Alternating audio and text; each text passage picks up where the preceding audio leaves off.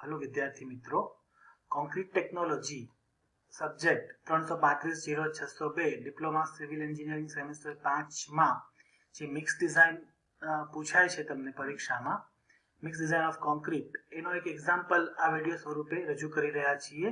Doctor જે.બી. Oza sir અને હું એસ.એમ. કોંઢિયા, applied mechanics department, સરકારી પોલિટેકનિક રાજકોટ તરફથી આ વિડીયો પ્રસ્તુત કરી રહ્યા છીએ. આઈએસ મેથડ પ્રમાણે તમારે એક્ઝામ્પલ ગણવાનો હોય છે. કોન્ક્રીટ મિક્સ ડિઝાઇન તમને અહીંયા આગળ M25 ગ્રેડ માટે સમજાવવામાં આવી રહી છે. એમાં તમને જે ડેટા આપેલો હશે એ મુજબ સ્પેસિફિક ગ્રેવિટી ઓફ સિમેન્ટ 3.15 છે, specific gravity of course aggregate 2.74 છે, specific gravity of fine aggregate 2.6 છે, વોટર એબ્સોર્પ્શન આપેલું છે કોર્સ એગ્રીગેટ અને ફાઇન એગ્રીગેટ માટે, વર્કેબિલિટી 75 mm નો સ્લમ્પ આપેલો છે. ફાઇન એગ્રીગેટ તમને IS 383 ના ટેબલ નંબર 4 મુજબ ઝોન 1 ની રેતી આપેલી છે અને અહીંયા પ્લાસ્ટિસાઇઝર પણ યુઝ કરેલું છે. તો આ એક્ઝામ્પલમાં તમને બધા જ ટિપિકલ જે કેસીસ તમને હોય એ બધા એકસાથે ઇન્કોર્પોરેટ કરીને દાખલો ગણીને સમજાવી રહ્યા છીએ, જેથી કરીને તમને કોઈ પણ પ્રકારનો એક્ઝામ્પલ પૂછાય તો તમે એને આરામથી ગણી શકો. પહેલું સ્ટેપ તમારે ટાર્ગેટ મીન સ્ટ્રેન્થ ફાઇન્ડ કરવાનું હોય છે. તો ટાર્ગેટ મીન સ્ટ્રેન્થમાં શું કરવાનું છે, તમારે એક ઇક્વેશન યાદ રાખવાનું છે. તમારી કેરેક્ટરિસ્ટિક સ્ટ્રેન્થ તમને 25 ન્યૂટન પર mm² આપી છે, તો F' બરાબર FCK પ્લસ 1.65S, જ્યાં S બરાબર સ્ટાન્ડર્ડ ડેવિએશન છે, જે તમને IS 10262 ના ટેબલ નંબર 1 પરથી મળી શકશે. પરંતુ તમને પરીક્ષામાં આ કોડ લઈ જવા દેવામાં નહીં આવે, તો તમને મોટા ભાગે સ્ટાન્ડર્ડ ડેવિએશનની વેલ્યુ આપેલી જ હશે. અહીંયા આગળ આપણી કેરેક્ટરિસ્ટિક સ્ટ્રેન્થ 25 ન્યૂટન પર mm² છે, તો એના માટેનો S બરાબર 4 આવે છે અને સાદું રૂપ આપતા આપણું ટાર્ગેટ મીન સ્ટ્રેન્થ આવે છે 31.6 મેગાપાસ્કલ અથવા તો ન્યૂટન પર mm². હવે બીજું સ્ટેપ, તમારે વોટર સિમેન્ટ રેશિયો સિલેક્ટ કરવાનો છે. તો આ તમને IS 456 ના ટેબલ નંબર 5 ઉપરથી મળી શકે. એમાં મેક્સિમમ વોટર સિમેન્ટ રેશિયો 0.5 છે, બરાબર. તો based on experience we have to adapt 0.5. અહીંયા તમને આપેલું નથી એટલે તમે સિલેક્ટ કરી શકો મેક્સિમમ 0.5. હવે સ્ટેપ નંબર 3. તો સ્ટેપ નંબર 3 માં તમારે સિલેક્શન ઓફ વોટર કન્ટેન્ટ કરવાનું છે. તો IS 10262 ના ટેબલ નંબર 2 ઉપરથી તમને maximum water content for 20 mm aggregate સાઇઝના કપચી હોય તો 186 લીટર આપેલું છે. પરંતુ આ વેલ્યુ તમને 25 થી 50 mm ના સ્લમ્પ માટે એલિજિબલ ગણાય છે. તમારો સ્લમ્પ જો 50 થી અલગ હોય તો તમારે આમાં કરેક્શન કરવાનું થશે. હવે આપણે પાણીનું એસ્ટિમેશન કરીએ. તો અહીંયા આપણને 75 mm નો સ્લમ્પ આપેલો છે, તો આપણે 186 લીટરમાં દર 25 mm ના સ્લમ્પના વધારા માટે તમારે 3% પાણી ઉમેરવાનું હોય છે, એ તમારે યાદ રાખવાનું છે. તો અહીંયા 50 થી 75 એટલે કે 25 mm નો ડિફરન્સ છે, તો તમારે 3%, 186 ના 3% એટલે ડાયરેક્ટલી કેવું થશે ફાઇનલાઇઝ 186 પ્લસ 3/100 into 186, તો ટોટલ તમારું થશે પાણી 192 લીટર. હવે પ્લાસ્ટિસાઇઝર યુઝ કર્યું છે, તો પ્લાસ્ટિસાઇઝર જ્યારે યુઝ કરવામાં આવે ત્યારે પાણીને ઘટાડવાનું હોય છે 10% જેટલું. તો હવે તમે 192 ના 10% ઘટાડો એટલે કે 90% લો, તો તમને વોટર કન્ટેન્ટ 172 લીટર મળશે. આ તમારું step number 3 selection of water content હતું. Step number 4 calculation of cementitious material, એટલે કે સિમેન્ટ કન્ટેન્ટ તમારે શોધવાનું હોય તો water upon water cement ratio લો તો તમને સિમેન્ટ કન્ટેન્ટ મળશે. તો વોટર આપણું 172 છે, વોટર સિમેન્ટ રેશિયો આપણે 0.5 લીધો છે, તો 172 ડિવાઇડેડ બાય 0.5 એટલે 344 કિલોગ્રામ પર મીટર ક્યુબ તમને સિમેન્ટ મળે. સી. હવે આ તમને it is greater than minimum cement content for moderate exposure condition from table number 5 of IS 456, it is 300 kg per meter cube.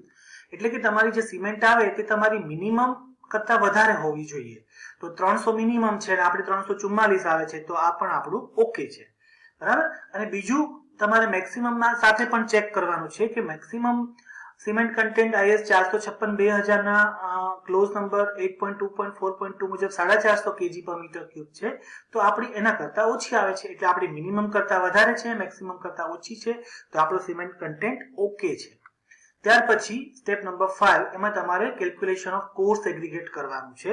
તો IS 10-62-2009 ના ટેબલ નંબર 3 અને પેજ નંબર 3 ઉપર તમને વોલ્યુમ ઓફ કોર્સ એગ્રીગેટ એટલે કે for 20 mm nominal size aggregate માટે zone number 1 ની જો રેતી હોય તો 0.6 આપેલો છે વોલ્યુમ.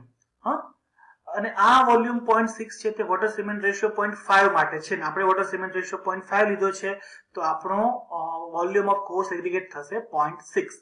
હવે છઠ્ઠું સ્ટેપ, તો એમાં તમારે કેલ્ક્યુલેશન ઓફ કોર્સ એગ્રીગેટ કરવાનું ફાઇન એગ્રીગેટ કરવાનું છે. તો ટોટલ વોલ્યુમ તમારું 1 હોય તો 1 માંથી કોર્સ એગ્રીગેટ નું વોલ્યુમ બાદ કરો તો થશે 1 - 0.6 એટલે 0.4 તમારું ફાઇન એગ્રીગેટ નું વોલ્યુમ થશે. ત્યાર પછીનું 7th સ્ટેપ છે મિક્સ કેલ્ક્યુલેશન કરવાનું છે. તો આ કેલ્ક્યુલેશન તમારે ટોટલ વોલ્યુમ ઓફ કોન્ક્રીટ 1 લેવાનું છે મીટર ક્યુબમાં.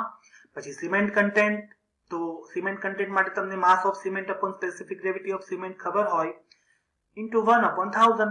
તો 344 આપણો સિમેન્ટનો માસ છે અપોન 3.15 તમારી સ્પેસિફિક ગ્રેવિટી ઓફ સિમેન્ટ છે અને ઇન્ટુ 1/1000 કરશો તો 0.109 મીટર ક્યુબ તમારો સિમેન્ટ કન્ટેન્ટ અથવા સિમેન્ટનો વોલ્યુમ થશે.